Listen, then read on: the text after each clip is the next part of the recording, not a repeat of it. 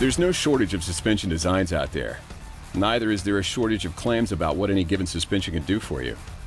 At GT, it's not just a claim. We design all of our suspension frames to give you the best performing bicycle possible. Because of the movement of the rear wheel that's inherent to all dual suspension designs, certain design constraints must be overcome.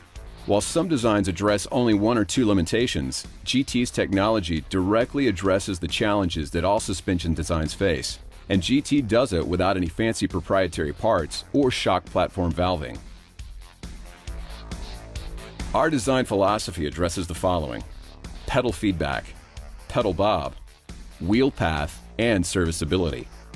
Our technology helps you set up the bike easily, climb more efficiently, descend faster, and handle obstacles more effectively.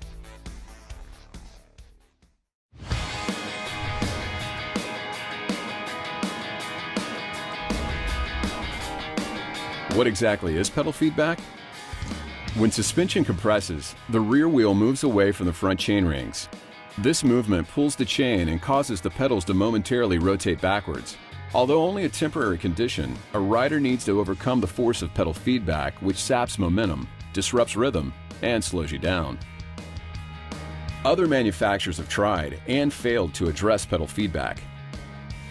Generally, those manufacturers use complex linkages that still have the effect of lengthening the distance from the bottom bracket and the rear dropout. In other words, the distance between the front chain rings and the cassette grows, stretching the chain. Shown here in the split screen, the colored highlighted graphic at the crank demonstrates the amount of pedal feedback occurring on each design as the suspension moves, green being minimal and red being extreme. As you can see, independent drivetrain technology experiences the least amount compared to the competitors. You're probably wondering, if pedal feedback is bad, why does independent drivetrain have any at all? This small amount of pedal feedback, which is purposely tuned into the design, is known as anti-squat and is necessary to control how much of the suspension will squat when the rider's body weight moves up and down during pedaling. We'll discuss this in more detail when we talk about pedal bob. With a full understanding of these constraints, GT's engineering team developed independent drivetrain. This design adds power to every pedal stroke by canceling chain growth, which allows all your power to go directly to the drivetrain. GT's simple, elegant isolated bottom bracket is the heart of the independent drivetrain system, effectively minimizing chain growth and reducing pedal feedback. On a horse-link system, a vertical wheel path is used to limit the distance between the axle and the bottom bracket.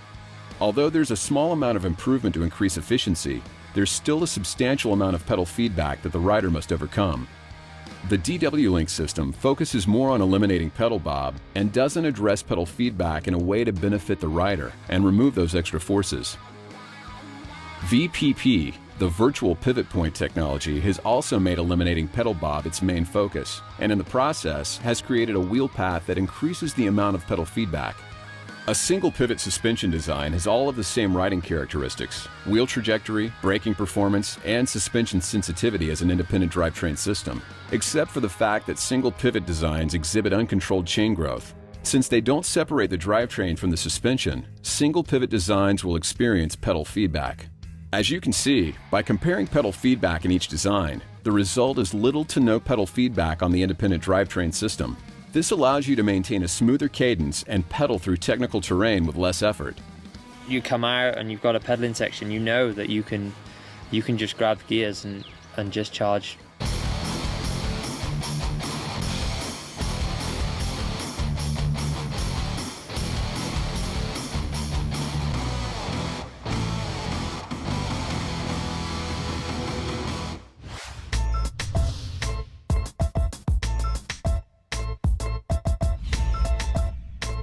You already know how GT addresses pedal feedback. Now let's discuss pedal bob. Imagine cranking up a hill out of your saddle. The weight of your body moving up and down compresses a typical suspension, resulting in dramatically decreased efficiency. This is what's known as pedal bob. In an effort to maximize efficiency, GT engineers developed the I-Link system to minimize pedal bob. The I-Link system uses an arrangement of pivots and a precisely located dog bone-shaped link. The I-Link tunes in the perfect amount of anti-squat. Like we mentioned in the pedal feedback section, tuning in the right amount of anti-squat is an important part of a suspension design. Anti-squat is a force from your pedal stroke that acts against the suspension movement and keeps the shock from compressing. It's easy to confuse pedal feedback with anti-squat, whereas pedal feedback is an energy-robbing force your body has to overcome, and anti-squat is a force your pedal stroke puts on the suspension. Too little anti-squat, your bike will bob. Too much pedal feedback, you spend all your energy overcoming it. By eliminating pedal feedback and designing in the perfect amount of anti-squat, GT is able to design the most efficient pedaling suspension bike possible. Even when using a shock with no platform, the result is a bike with a perfect amount of anti-squat, and that minimizes energy-robbing bob. So instead of bobbing up and down with each pedal stroke, your bike moves forward. One of my strengths in downhilling's my pedaling, and I can put quick pedals in anywhere, and the power always goes directly to the ground. Doesn't change the way the suspension works when I've got the power on.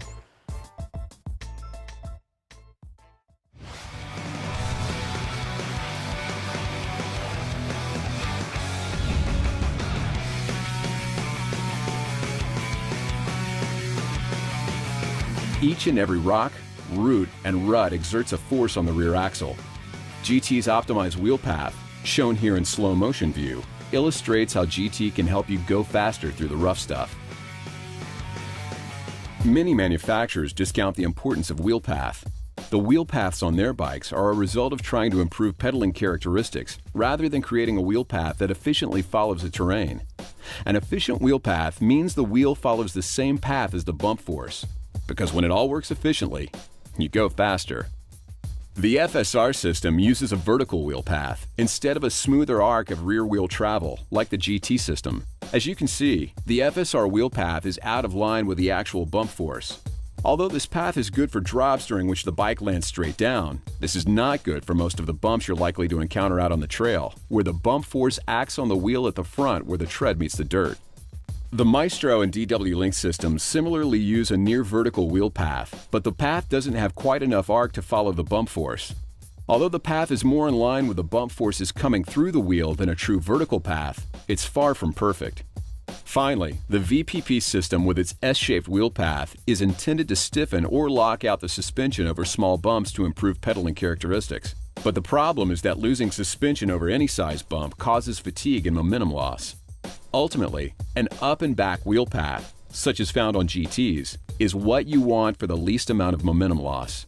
Here's why. On a trail, your wheels encounter rocks and other obstacles that they need to roll over. A wheel path that arcs away from the obstacle and in the same path as the bump force, like the GT's wheel path, keeps you rolling faster.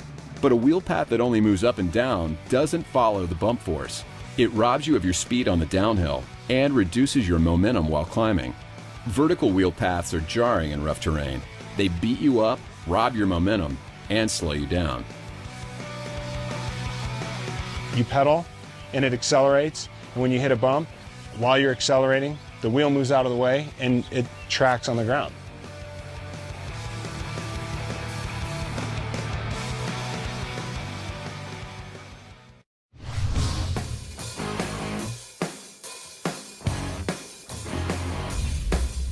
GT's pivot system is easy to service. GT engineers thought of everything. That's why our pivot assembly system uses commonly sized 1 1/8" headset bearings available in nearly every bike shop. The bearings are easy to find and easy to replace. In addition, our angular contact bearings aren't pressed in like some of our competitors and use preload for the easiest adjustment. Just like a headset, riders tighten suspension pivots to adjust the speed of actuation in their suspension, allowing them to adjust the pivots properly, increasing suspension performance and the life of the bearings. As for maintenance, they're really easy to work on. The pivots are super simple, big bearings. I'm stoked to work on a simple bike like this. Makes my job easy.